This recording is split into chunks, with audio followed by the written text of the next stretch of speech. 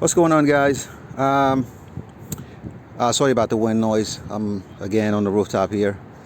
We got a 1997 Buick LeSabre Limited, and we're replacing the rear shocks.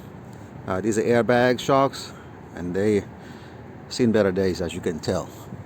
So I'm gonna just give you a quick run through the different steps in order for you to get through this job the easiest way possible. First things first, of course, jack up the car, remove the tire, make sure you're on jack stand. That's basic.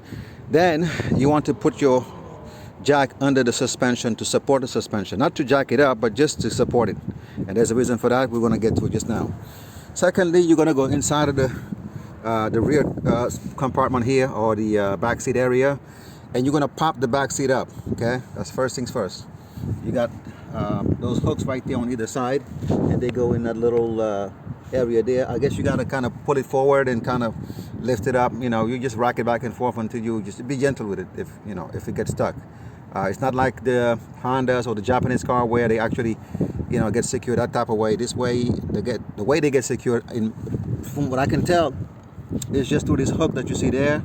But basically, you can rock it until you fall into the middle. Anyway, I hope it makes sense.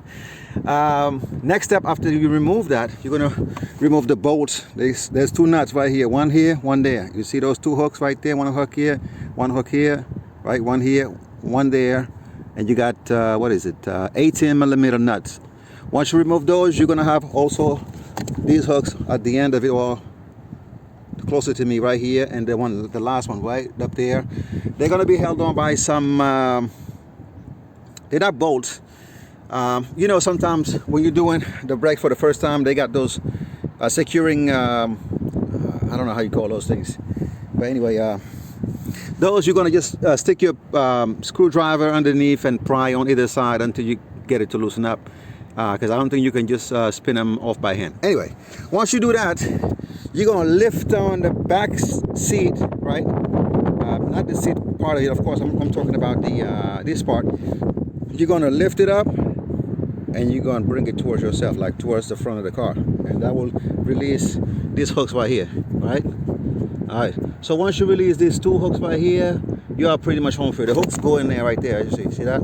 So you gotta lift it up and kind of bring it over towards the front of the car. Now you're gonna have some type of glue here, like a tape, and it's basically taping off this hole where the struts are bolting. The struts are bolted through this one access hole here, and there's another one right there, you can see. So one nut there, the other nut is here, and it's the reason why, because of this nut, you have to remove the back seat in order to get access to that. Those are 15 millimeter. So you can go ahead and remove those two 15s.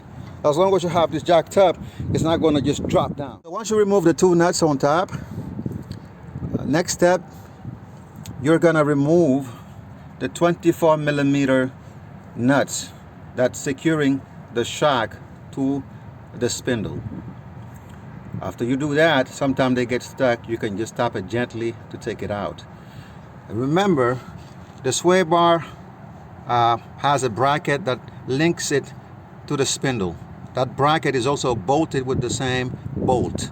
So remember, when you go to put it back together, make sure you put the bolt through the bracket first, and then through the strut and spindle. Okay, so those are 24 millimeter nuts on a 22 millimeter bolt, in case you need to hold it on one side.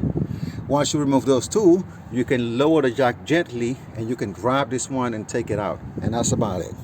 Oh yes, one last detail.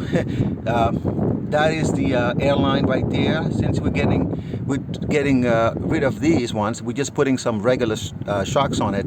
We no longer need that. I'll leave it up to you to see how you're going to dispose of it. What I've done is I've kind of like tied it around these brake lines, in case the owner, sometime in the future, whoever going to own this car, wants to go back to air shocks. But if not, you can just cut it off, chop it off, done. So you have less chance of this getting loose and getting tangled and something like that, okay? So basically, that's the gist of the job again.